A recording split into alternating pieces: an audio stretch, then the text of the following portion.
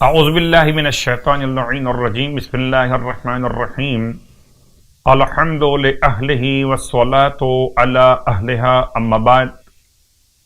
ماہ شعبان المعظم کے فضائل اور برکات کو آپ کی خدمت میں اعمال کے بیان کے ساتھ ساتھ بیان کیا جا رہا، اور جیسے کہ بعض دروس میں ہم نے ماہ شعبان کی مخصوص صلوات پر بھی کچھ جملے تلاوت کیے تھے، ان میں سے ایک جملہ آپ کی خدمت میں اور تلاوت کر رہے۔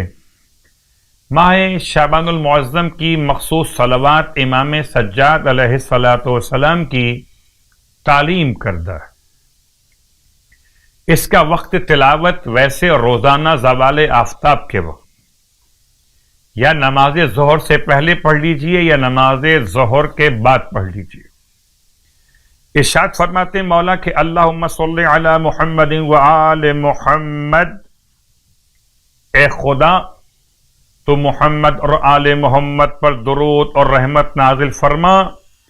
الکہف الحصین، کہ جو مضبوط ترین پناہ گاہ ہے۔ کہف کہتے ہیں پہاڑ کے غار کو، حصین کہتے ہیں مضبوط ترین پناہ گاہ کو۔ وغیاث المضطر المستقین، اور ہیں ایسے فریاد رس جو ہر کسی مجبور اور بے کس کی فریاد کو پہنچتے ہیں۔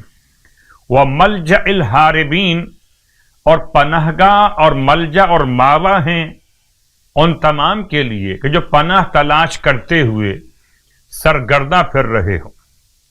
وعصمت المعتصمین، اور جو گناہوں سے اپنے آپ کو بچانا چاہتے ہوں تو آل محمد کی سیرت ان کے لیے باعث عصمت گناہان قرار پاتی ہے۔ خدا ہم سب کو آل محمد کی پناہ واقعا نصیب رکھے، الہی آمین۔ ماہ شعبان المعظم کی 12ویں شب آپ کی خدمت میں، اور اتفاق کہ آج 12ویں شب کی مناسبت سے جو روایت اللہ کے رسول صلی اللہ علیہ وآلہ وسلم نے نماز کے بارے میں تعلیم فرمائی وہ ہے 12 رکعت نماز۔ 12 رکعت نماز 12ویں شب ماہ شعبان، نیت بھی واضح اور نماز بھی واضح۔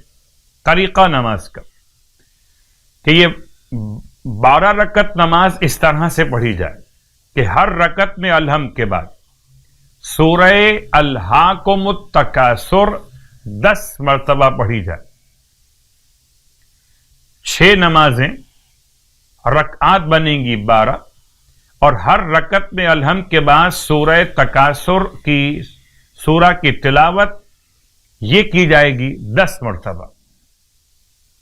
خداوند عالم اس کی تلاوت کی برکت سے 40 سال کے گناہوں کو بخش دے گا، اور اس کے لیے 40 درجات آخرت میں بلند فرما دے گا، اور اس کے لیے 40,000 فرشتے خدا سے مغفرت کی گزارش کریں گے، اور اس کے نامہ اعمال میں اتنا ثواب لکھا جائے گا کہ جیسے کسی نے شب قدر کو حاصل کر لیا ہو۔